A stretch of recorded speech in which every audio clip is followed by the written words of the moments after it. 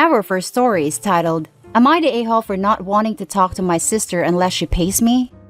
Why I despise my sister. As first-generation immigrants, my family, my father, my mother, my older sister, and myself, spent our first 2 decades in Australia dancing to and fro across the poverty line. Late in her high school career, my sister decided she wanted to be a physician. But she didn't have the work ethic to get the necessary grades, so the only offer of enrollment she received was from a private university. For context, in Australia, students are entitled to a loan that will typically cover the entirety of their course fees. One exception are courses offered by private universities, as private universities charge a lot more than their public counterparts. In order for my sister to attend this private university, my parents would have to come up with 300,000 Australian dollars over the course of her degree. I'm sure you can imagine how difficult this task would be for a couple earning minimum wage. But my parents loved my sister, so they did whatever it took to enroll my sister into this medical school, even if it meant taking on crippling debt. To make ends meet, both my parents started working 60 to 80 weeks. The hours took their toll on my parents, both physically and mentally. Put it this way, one day my father lost a finger in a workplace accident, and he was overjoyed, because he would receive compensation for it. He was ecstatic that he could trade his finger for a freaking measly $25,000. I had always thought that once my sister graduated, she would pay my parents back. She did not. Not one single freaking cent. Instead, she went gallivanting around the world, buying expensive designer items, and eventually moved interstate. She barely even bothered to stay in touch. Why I believe my sister owes me at least $200,000. I graduated from university 4 years after my sister. For 3 years after graduating, every cent I made went to paying off my parents' debt, so that they could go back to working normal hours. Over the years, I've probably given them $200,000. It's been 7 years since I've graduated university now, and my family is in a much better place. My parents are debt-free and can work standard 35 hours per week jobs. We're financially comfortable for the first time in our lives, and everything is fantastic. Enter my goddamn sister. A few months back, she broke up with her boyfriend. I'm not aware of the details, but she moved back to our state and back home with our parents. My parents are beyond happy to have their daughter back, and they've asked me multiple times to talk to my sister again. But as far as I am concerned, my sister owes me $200,000 before I will even consider being in the same room as her again. Am I the a-hole? Now let's read the top judgments and comments for this post. Not the a-hole. Your sister is a leech. Talk to her very clearly about why you feel she owes you money. State your case and then go forward from there on. Your parents are leeches also. They took your money, all your money, and now have the audacity to get on at you about your relationship with your sister? Nope, not the a-hole. I get why you think that. But please do understand that my parents sacrificed an unfathomable amount so that my sister and I can live the Australian dream. They would ruin their lives without hesitation if it means that we could chase our dreams.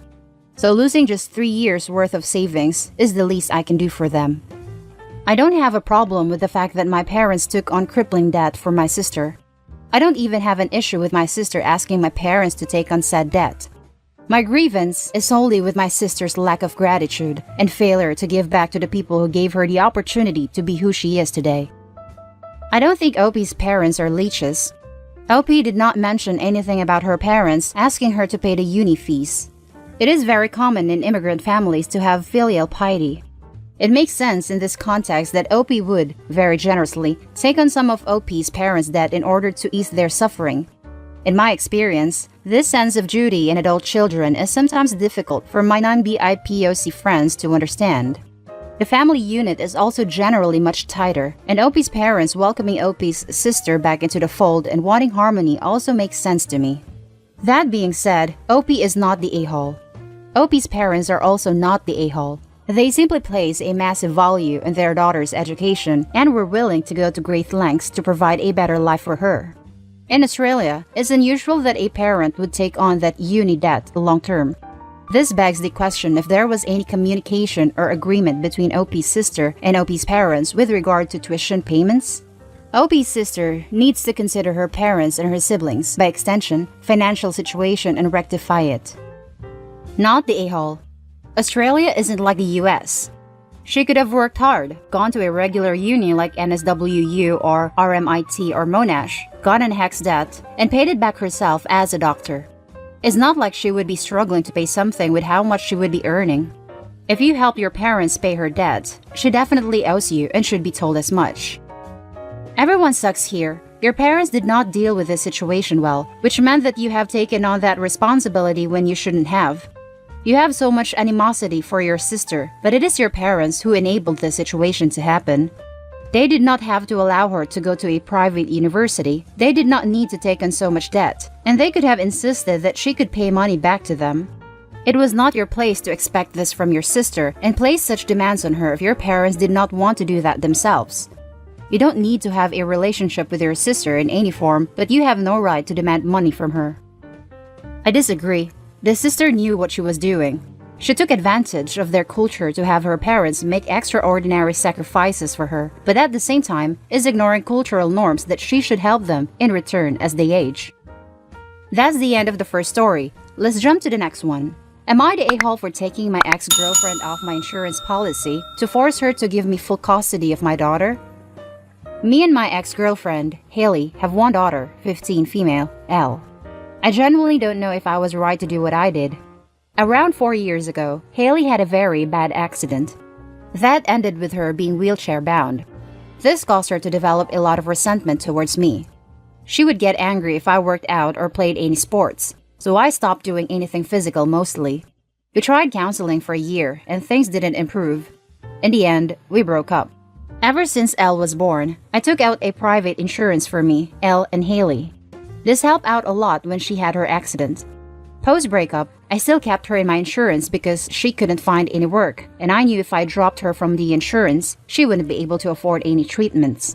It's been 2 years since then. We have 50-50 custody, so I don't pay any child support. In the beginning, I kept a very keen eye to make sure that she didn't resent Elle like she resented me. She didn't, so I relaxed. She is still on that insurance because she is not able to find any job except welfare. I wanted both Haley and Elle to be well, so I kept the insurance. Half a year ago, when Elle came to stay, I noticed that she was very depressed and had gotten very fat compared to before. Nothing overweight, but Elle does ballet, and I have never seen her put on that much weight. Turns out Haley forbade Elle from doing ballet because Haley used to do ballet and Elle is just trying to rub her face in it. The same for any physical activities like sports or exercising. With the quarantine, it must have been hell to live like that. Elle pretty much broke down and said that for the past few months, things have been escalating to the point that she is scared to walk inside her own house. She just stays in her room and comes out only to eat. Elle just begged me to go to court so that I can get full custody. Elle is at an age where her opinion matters in court, but it's almost impossible to get 100% custody in my state unless I can prove incompetency, according to my lawyer. So, I dropped her from the insurance. Elle was supposed to stay with me for the next 6 months. Haley couldn't get a job. She wiped out her savings as she had to pay for all of her treatments. It was getting to the point that she couldn't even afford to get basic things for herself, let alone Elle.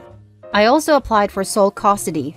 Given her financial situation in the pandemic and Elle's preference, the judge gave me full custody with supervised visitation for Haley. Haley didn't have a good representation at court due to her financial situation. Also, there is a pandemic going on. I left an already vulnerable person without any medical insurance. I know I did what I had to do to protect my child, but I did so by taking advantage of the medical expenses of a disabled woman. Elle is happy. Haley obviously thinks I am a manipulative bastard. Everyone seems to have mixed opinions. Am I the a-hole here? Also, dropping her from my insurance was completely legal. I am not from US. Now let's read the top comments. Elle just begged me to go to court so that I can get full custody. At this point, there are no rules or obligations or important factors outside of this one right here. Your child begged to get out of their situation. You made that happen. That is what a parent does. My hat is off to you, sir. I pity the mother, but she did this to herself, not the a-hole. You're a hero to your daughter, OP. Your wife never moved on with her life. She buried herself in her grief and shoved it into others. She lost her SO and now her daughter. Her accident is horrible, but she can't stop others from living life, especially her own daughter and SO. She didn't just stop others from living life. She was outright abusive. Your child begged to get out of their situation. You made that happen. That broke my heart. I have been exactly where she is. That's not something anyone should ever feel. Feeling guilty/ashamed for something that they're able to do just because someone else can't. Especially not a child. Not the a-hole. So not the a-hole. Your ex bullied your child into unhealthiness because she was bitter. She took her anger at her situation out on her own child intentionally. You did a kind thing for her, even keeping her on your insurance after the breakup at all. She spat on it by damaging the one beautiful thing you had between you, your daughter. You protected a child. Protection of a child outranks protection of a manipulative narcissist.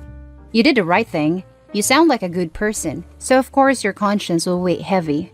But rest assured, protecting your child was 1000% the right way to go.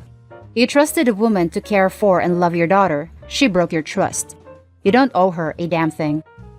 When I read that the child didn't feel comfortable walking in her own home, that was enough for me. The mother is terrible. I understand that she was put in a wheelchair. No fault of hers, I assume. But that doesn't mean you can bully your daughter for being healthy. Not the a-hole. And now for the final story. Am I the a-hole for not taking care of my disabled daughter? Throwaway account. Also, please excuse my English. I'm not a native speaker. Some background info. I, 41 male, have disabled daughter, Molly, 11 female, with my ex-girlfriend, Sarah, 37 female. This all started 12 years ago. Me and Sarah were together for about 4 years, and we were trying to have a baby. After a couple weeks of trying, she got pregnant, and we were super excited. Unfortunately, in her 4th month, doctors told us that our baby is severely disabled and advised us to get a termination. It was very hard on us. We started arguing a lot because Sarah wanted to keep the baby and I didn't. I said I don't want to spend my whole life taking care of a child and throw everything away. But Sarah didn't want to kill the baby. We argued about this every day. Eventually, it became too much and we broke up. We still kept in contact with each other as friends. A couple months later, she went into labor. I came into the hospital with her to support her. As the doctor said, Molly was born severely disabled. They kept her in the hospital for a couple of weeks and then gave her to Sarah. She took her to her house and I visited them a couple times. Within the next month, I got a job offer and moved away to another city. Me and Sarah are still in contact and I send them money every month, but we meet each other very rarely, about once in 2 years. So now, Molly is 11 years old. She is bound to a wheelchair and will never walk. She has a mind of a 3-year-old and can't speak. Sarah left everything to take care of her. She is at home with her 24/7 because Molly isn't able to do anything on her own. They get state contributions since Sarah can't go to work and I send them money. I have a wife now and 2 daughters, 5-year-old, and we live about 4 hours drive away from Sarah. Sarah has called me last week saying that it's too much on her. She said she does nothing else than take care of Molly and she is tired. She gave up on her career, hobbies, friends, and everything. She asked me to start taking care of Molly as well. She asked if I could have her in my care at least 1 week every 2 months in the beginning, and after I know how to take care of her, then maybe more often. I talked about it with my wife, and we both agreed we don't want to take care of Molly. I apologized to Sarah, and instead, I offered to pay for a professional to take care of her or to pay some facility to take her in, but Sarah refused. She doesn't want a stranger to take care of Molly nor put her away in a facility. I feel really bad for Sarah, but I have a responsibility to my 2 daughters and my wife now. I talked about it with my parents and they understand and don't blame me, but I feel like I might be the a-hole. Now let's read the top comments. Not the a-hole. You offered to pay for a solution, which is very generous. I hate to say it, but this is what she signed up for when she decided to continue the pregnancy. As harsh as it sounds, it is so true. A termination would have been a mercy. Look, no judgment, but in-home care of Molly is not sustainable long run. Eventually, you and her mom will not be around/capable, so you need to find her a good home where she can be cared for and live her best life. The good ones have long waiting lists, so you should be looking into those now. Honestly, Molly's mother should have been looking into them before she reached her breaking point. He doesn't need to do that at all. She should have terminated. Her body, her choice, her responsibility. Women can't have all the rights in regards to termination and not take equal responsibility. OP is paying child support and offered to pay more, and the woman declined. She wants everything to be done her way, and she displayed that when she didn't get determination, and she displayed it again when she declined professional help. I know I'm coming off as harsh, but choices have consequences. Also, if you take the stance that terminations aren't wrong, then logically, you must take the stance that a father should be able to opt out of a pregnancy before the kid is born. And that's the end of the video. Share us your thoughts, like and subscribe. I'll catch you in the next one. Stay safe.